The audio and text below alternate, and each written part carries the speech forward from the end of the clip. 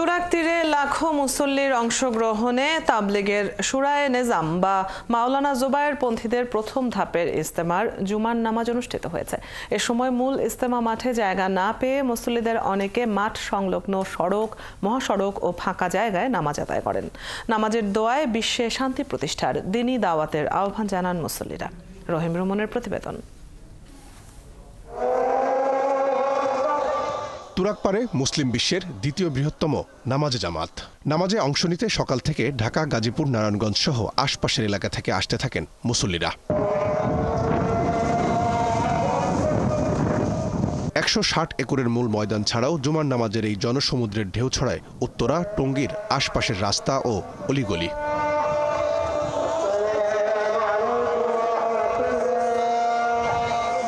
বাংলাদেশটা সুস্থভাবে চলার জন্য দোয়া করলাম এবং মুরব্বীরা ভালো থাকার জন্য, আর আগামীতে যেন আমাদের এই ইজতেমার মাঠটাতে আর কোনো গন্ডগোল না হয় এই জন্য দোয়া করলাম। কিয়ামত পর্যন্ত যেন সারা বিশ্বের এই ইজতেমার জন্য বাংলাদেশে এই টঙ্গীর বুকে আল্লাহ পাক যেন কায়েম করে।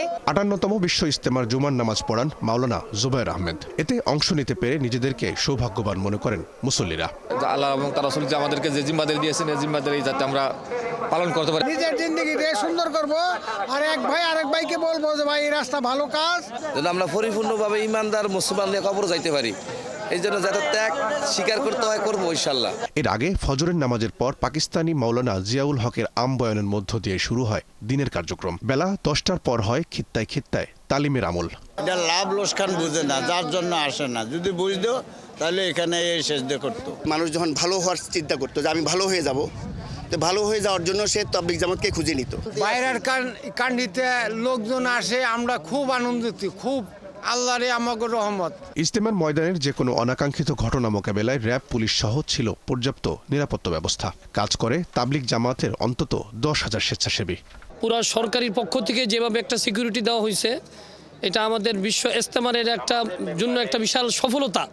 মানুষের রাস্তা ফাঁক করতে হয়, দোকান উঠাইতে হয়, মানুষের কষ্ট না হয়। এবার আমাদের যথেষ্ট পরিমাণ ইজতেমার মধ্যে জামাতের প্রহরী আছে। ইজতেমার প্রথম পর্বের প্রথম ধাপে অংশ নেন তবলিগের জুবায়ের পন্থী 41টি জেলা ও ঢাকার একাংশের মানুষ। রহিম রুমন, 71, টঙ্গী, গাজীপুর।